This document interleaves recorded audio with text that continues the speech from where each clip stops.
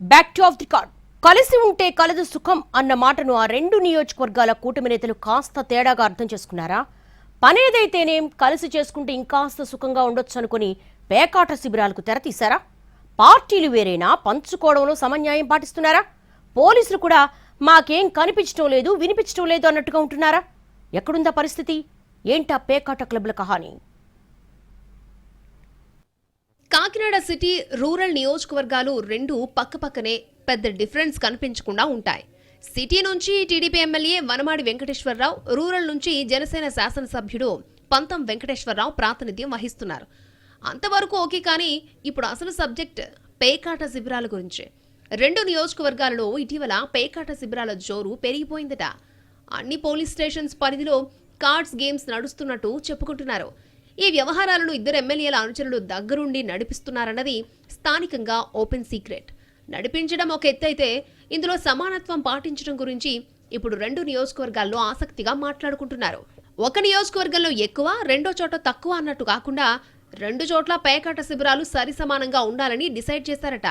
దానికి అనుగుణంగానే అనధికారిక అనుమతులు ఇచ్చినట్టు తెలిసిందే.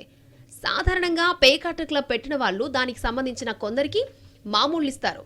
వచ్చి ఆడి వెళ్లిపోయే వాళ్ళ నుంచి వసూళ్లుంటాయి. ఇప్పుడు ఈ లెక్కలన్నింటినీ ఇద్దరు ఎమ్మెల్యేల అనుచరులు కలిసి సరిచేసుకుంటూ మనం భాయి భాయి అంటూ సమన్వయంతో నడిపిస్తున్నారట. మొదట్లో పేకాట నిర్వహణపై కొంచెం గందరగోళం ఉండేది. ఆదాయం మొత్తం ఒకే నియోజకవర్గానికి వెళ్తోందన్న చర్చ జరిగింది. దాంతో రెండు నియోజకవర్గాలు కలిసిన్నప్పుడు వచ్చే ఆదాయాన్ని కూడా రెండు చోట్ల నాయకులు సమానంగా పంచుకోవాలని ఒక ప్రపోజల్ వచ్చిందట. దాంతో ఒక అండర్స్టాండింగ్ వచ్చి అలా సెట్ చేసుకున్నట్టు తెలిసిందే. ఇక వాళ్ళు బాగానే ఉన్నప్పుడు మనకెందుకులే అన్నట్టుగా పోలీసులు కూడా ఈ వ్యవహారాలను చూసి చూడనట్టుగా వదిలేస్తున్నారని అంటున్నారు. అదే టైంలో డైరెక్ట్ గా ఎమ్మెల్యేల మనుషులు రంగంలోకి దిగితే వాళ్ళు మాత్రం ఏం చేస్తారులే అంటూ సెటర్లు వేసే వాళ్ళు కూడా ఉన్నారు.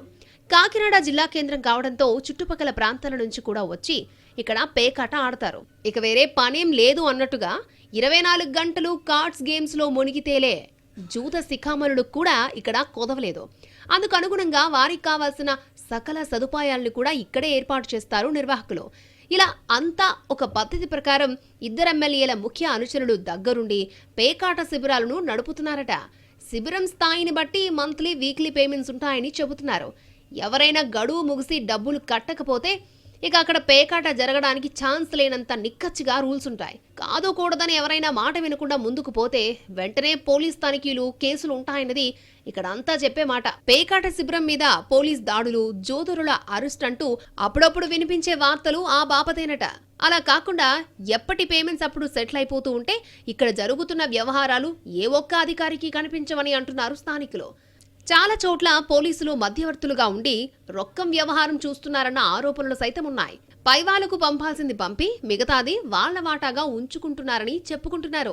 వ్యసనాన్ని ఇలా ప్రోత్సహించడం తప్పు కాదా అని స్థానిక కూటమి నాయకుల్ని ఎవరైనా అడిగితే వాళ్లకు వాళ్ళు ఏదో సరదాగా అలా గేమ్ ఆడుకోవాలి అనుకున్నప్పుడు మనం మాత్రం ఎంటర్టైన్ చేయకపోతే ఏం బాగుంటుంది చెప్పండి అంటూ రివర్స్ లో అడుగుతూ ఉండడంతో ప్రశ్నించిన వాళ్ళు నోరెళ్లబెట్టాల్సి వస్తోంది.